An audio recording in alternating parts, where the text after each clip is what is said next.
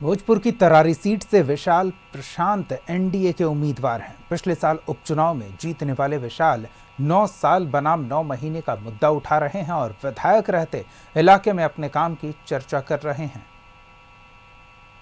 मौजूद की तरारी विधानसभा में, जहां से हमारे साथ बीजेपी से इस बार के प्रत्याशी और पहले भी विधायक रहे हैं, और इस बार क्या इनका काम है और किस मुद्दे पर ये काम करने वाले हैं, इस पर ही इनसे सीधे बातचीत करेंगे। हमारे साथ विशाल प्रशांत जी जुड़ चुके हैं। बहुत बहुत स्वागत है सर आपका कशिश न्यूज पर। जी नमस्कार। मेरा पहला सवाल सबसे पहले आपसे, मैं आपको सुन रही थी अभी जिस तरह से आप लोगों से बातचीत कर रहे थे, 9 साल वर्सेस 9 महीने, कैसे आप मैसेज देंगे अपने दर्शकों को? जी बिल्कुल, हम ये बताएंगे कि हमारे क्षेत्र में बहुत सारे लोग पढ़े लिखे हैं। हर गांव में कोई ना कोई पढ़ा लिखा जरूर होगा। ऐसा नहीं है कि लोग अब हिसाब किताब करना नहीं समझते हैं।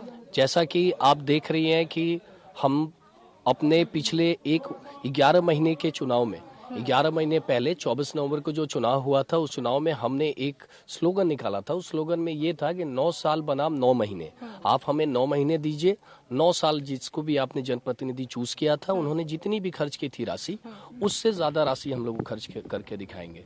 लेकिन उस स्लोगन की वजह से जो हमारी विकास की रफ्तार पकड़ी और जो हमारी कैबिनेट के हमें समर्थन मिला और केंद्र का समर्थन मिला, उसके वजह से जो हमें फायदे मिले, वो फायदे आज 953 करोड़ रुपए का हमने वर्क सिर्फ एक तरारी विधानसभा में हमने क्रियान्वयन कराया। विधायक जी, आपके साथ एक पूरा हुजूम चल रहा है, मैं देख रही हूँ पीछे, जहाँ जहाँ आप चल रहे हैं आपके समर्थक पीछे हैं।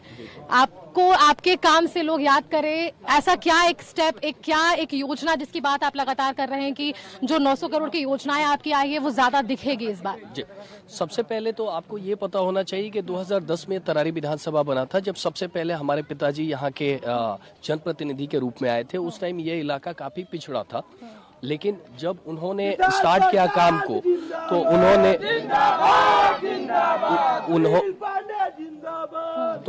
उन्होंने सारे गांवों को सड़क के माध्यम से और बिजली के माध्यम से जोड़ दिया था, जो कि योजनाएं हमारी 2022 में जाके कंप्लीट हुई हैं हमारे पूरे बिहार में, कि हमने हर गांव को 2022 में बिजली के माध्यम से जोड़ा था। लेकिन हमारे पिताजी ने इसको 2015 में ही जोड़ दिया था। तो विकास की रफ्तार को देखते हुए लोग हमें इतनी अच्छी तरीके से इन चीजों को समझ रहे थे कि उसका भरोसा उन्होंने उपचुनाव 2024 में हमें दिया।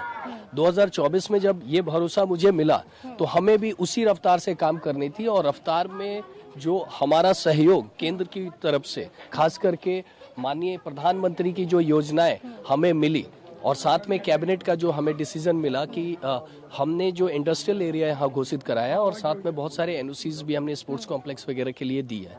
तो उसको लेके मुझे लगता है कि आने वाले समय में अगर वो चीजें यहाँ तरारी में दिखने लग जाएंगी, तो आगे आने वाले 5 से 10 साल में ये तरारी भी बिहार के 243 विधानसभा में सबसे टॉप पर जाने वाला है। और ये जानने की हमने इनसे कोशिश की है कि इस बार के विधानसभा इनके क्षेत्र में क्या रणभूमि होने वाली है, और जिन मुद्दों के साथ विधायक क्या पहली बार लड़े थे और अब जो मुद्दा है वो मुद्दे के साथ कितना इन्हें जन समर्थन मिलता है, ये देखने वाली बात होगी। कशिश के लिए कैमरामैन प्रदीप के साथ मैं सुष्मिता राज, बरारी विधानसभा।